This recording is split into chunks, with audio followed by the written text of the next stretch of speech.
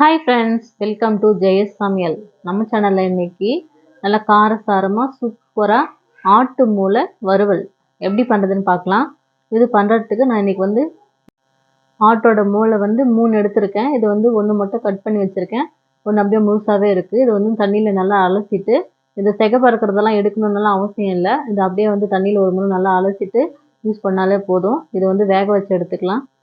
வேக வைக்கிறதுக்கு அடுப்பில் ஒரு பாத்திரம் வச்சுட்டு அதில் ஒரு 2 சொம்பு தண்ணி ஊற்றி அதில் கொஞ்சமாக கல்லுப்பு மஞ்சத்தூள் போட்டு கொதிச்சதுக்கப்புறம் நம்ம சுத்தம் பண்ணி வச்சுருந்த மூளையை சேர்த்துருங்க. சேர்த்துட்டு அடுப்பை ஃபுல்லாக வச்சு ஒரு 10 நிமிஷம் வேக வச்சு எடுத்துக்கலாம். இந்த மாதிரி தண்ணியிலையும் வேக வைக்கலாம், இல்லைன்னா நீங்கள் இட்லி பாத்திரத்தில் ஆவியில் கூட வேக வச்சு எடுத்துக்கலாம். இது அப்படியே வெந்துட்டு இருக்கட்டும். இது வேகிறதுக்குள்ளே நம்ம இதுக்கு மசாலா ரெடி பண்ணிக்கலாம். அடுப்பில் ஒரு பேன் வச்சுட்டு 2 டீஸ்பூன் தனியா, 3/4 டீஸ்பூன் அளவுக்கு மிளகு, 1/2 டீஸ்பூன் சோம்பு, 1 டீஸ்பூன் சீரகம், சின்னதாக ஒரு துண்டு பட்டை, 3 லவங்கம், அது கூட 3 காஞ்ச மிளகா எல்லாத்தையும் சேர்த்துட்டு அடுப்பு சிம்மில் வச்சு இந்த மசாலாலாம் நல்லா வறுபட்டு வாசனை வரணும். அது வரைக்கும் நல்லா வறுத்துக்கோங்க.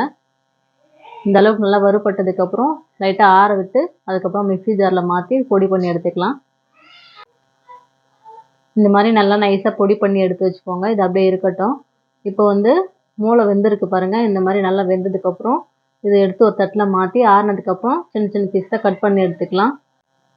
இந்த மாதிரி கட் பண்ணி எடுத்து வச்சுக்கோங்க. ரொம்ப பெருசாக இல்லாமல் ரொம்ப சின்னதாக இல்லாமல் கொஞ்சம் இந்த மாதிரி கட் பண்ணி எடுத்து வச்சுக்கோங்க. இது அப்படியே இருக்கட்டும்.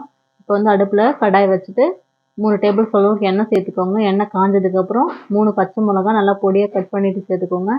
பச்சை மிளகா நல்லா ஃப்ரை ஆகட்டும். இந்த எண்ணெயில் நல்லா ஃப்ரை ஆனதுக்கப்புறம் இதில் ஒரு கொத்து கருவேப்பிலை சேர்த்துக்கலாம். அது கூடவே சின்ன வெங்காயம் ஒரு 10 சின்ன வெங்காயம் நல்லா பொடியாக கட் பண்ணிவிட்டு சேர்த்துக்கோங்க.